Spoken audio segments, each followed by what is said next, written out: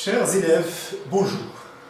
Dans cette séquence vidéo, on va traiter l'unité numéro 2 concernant la reproduction des plantes. Donc, comme introduction de cette unité, la reproduction, c'est une fonction biologique, biologique, qui assure le maintien, la multiplication et la diversité des espèces. Elle se fait selon deux voies différentes, c'est-à-dire selon deux méthodes. Il y a la reproduction sexuée et la reproduction asexuée.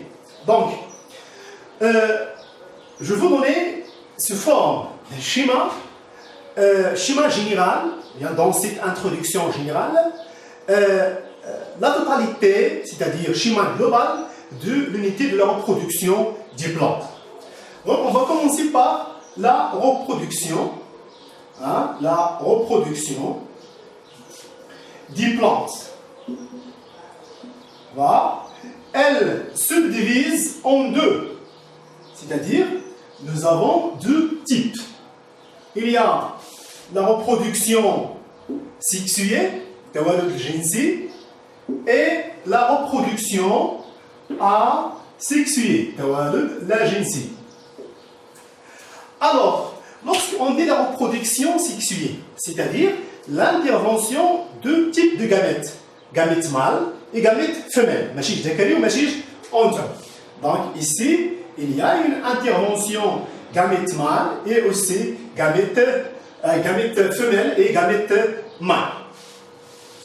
Ici, c'est-à-dire, normalement, l'intervention, les deux parents, je dis femelle, quel mâle. Ici, il nécessite seulement, il oblige l'existence d'un seul parent. Un seul parent et n'oblige pas, ne nécessite pas la présence des deux gamètes mâles et femelles. Nous allons entamer au niveau de la reproduction sexuée. Chez quoi? Chez les deux types. Chez les plantes à fleurs et chez les plantes sans fleurs. Donc, ici, la reproduction asexuée, chez la reproduction sexuée, chez les plantes ici sans fleurs, et la reproduction aussi sexuée chez les plantes à fleurs. C'est-à-dire التوالد الجنسي عند النباتات الزاهية اللي عندها الأزهار، وكاين كذلك التوالد الجنسي عند النباتات اللازاهية. Alors, au sein de ces types de plantes à fleurs, on va étudier deux types de plantes. Il y a ce qu'on appelle les angiospermes, et aussi les gymnospermes. D'accord? Qu'est-ce que ça veut dire les angiospermes? Ce sont des plantes dont la graine est entourée, enveloppée au niveau dans un fruit. C'est-à-dire que la graine ici, la graine est entourée par un fruit.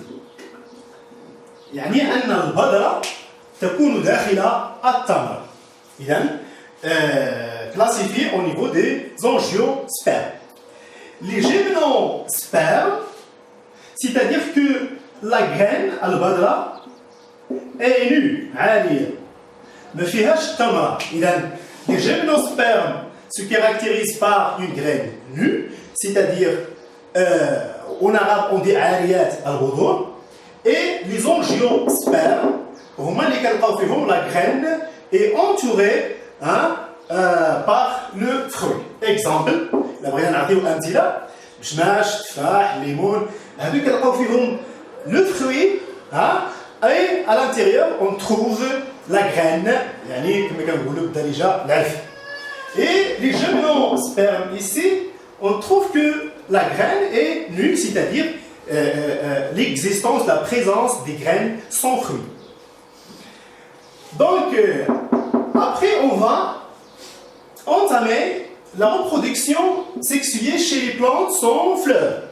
Lorsqu'on dit les plantes sans fleurs, par exemple, ici, on va étudier deux ou bien trois types. Le premier, c'est les algues, tahalib. Les algues, tahalib. Et on va étudier des exemples, par exemple, spérogères. Et aussi les fougères. Les fougères. يعني السرخسيات. السرخسيات. Et enfin, on va expliquer, étudier ce qu'on appelle les mousses. Les mousses ou bien al-hazaziyat.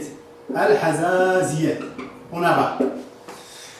Après l'étude de ces types-là, on va aller vers l'autre type, c'est la reproduction asexuée. Donc, ce qui nous intéresse maintenant, c'est que l'unité de la reproduction des plantes, on va commencer par la reproduction sexuée, c'est-à-dire l'intervention des gamètes mâles femelles. Chez quoi? Chez les plantes à fleurs. Et on va commencer par les angiospermes jusqu'à la fin du chapitre.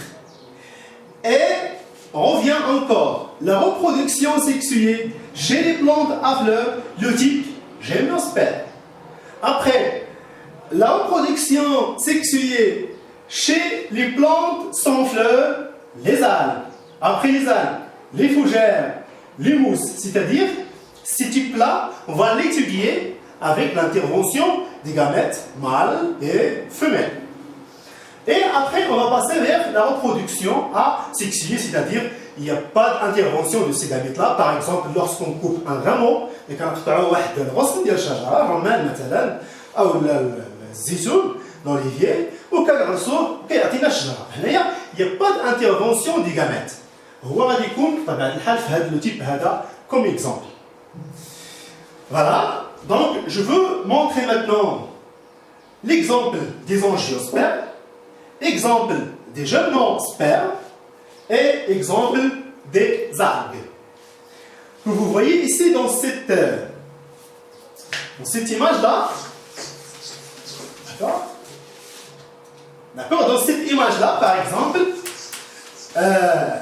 on constate ou bien on observe les types de gymnospermes. Les angiospermes, c'est l'exemple d'abricot, le shnesh, que vous voyez ici. Voilà la graine, entourée par quoi? Entourée par le fruit, entourée par un fruit, et donc classifié chez les angiospermes. Deuxième type, c'est les gymnospermes, que vous voyez ici, se caractérisent par du feuilles, bien des feuilles sous forme des aiguilles, à la chaque ibel, et ils représentent aussi des icônes, maharé, mkhrot, par exemple, sanawar, le span, donc bien le pain, et classifiés au niveau de gymnosperme. Voilà le type de gymnosperme qu'on va étudier. C'est le pain, d'accord? C'est la sanawar. Le troisième type, c'est classifié au niveau des plantes sans fleurs. Si par exemple un type ici, ce sont des algues, ou bien exemple de ces algues-là, c'est spérogère. Spérogère. Donc, on va commencer, nous allons entamer la reproduction sexuée des plantes à fleurs. Regardez le schéma que j'ai expliqué, la reproduction sexuée des plantes à fleurs. Il y a deux types, les angiospermes, les gymnospermes, et on va commencer par les angiospermes. Comme introduction, ici de ce chapitre, les plantes à fleurs se caractérisent par la présence des fleurs qui portent les organes reproducteurs et au niveau desquels se fait la gamétogénèse. Cette notion-là, c'est-à-dire que au niveau de la fleur et au niveau aussi des organes reproducteurs, il se situe une phénomène essentiel ici qu'on appelle la gamétogénèse, c'est-à-dire la formation des gamètes. يعني ظاهرة أو مكان تشكل الأمشاج. La fécondation et la formation aussi de la graine se situent au niveau de la fleur. Donc, la fleur ici joue un rôle très important au niveau de la plante. Alors, on va passer directement vers les angiospermes. La reproduction sexuée chez les angiospermes. Les questions qui se posent ici, quels sont les organes de la fleur qui assurent la fonction de la reproduction? C'est la première question. Je regarde les organes de la fleur. Deuxième question, où et comment se déroule la gamétogénèse? Comment se forment-ils les gamètes? Quelles sont les caractéristiques de la fécondation chez les angiospermes? C'est-à-dire que les angiospermes se caractérisent par une fécondation particulière. Et donc, comment ça se passe? Et aussi, on va aller vers l'organisation de la fleur. Les constituants de la fleur, que vous voyez ici, c'est que malgré la diversité des fleurs chez les angiospermes, elles portent les mêmes organes. C'est-à-dire, malgré la diversité des fleurs, mais elles portent les mêmes organes. Voilà un exemple de fleur qui est appelée fleur hermaphrodite, c'est-à-dire il porte en même temps les étamines et il porte aussi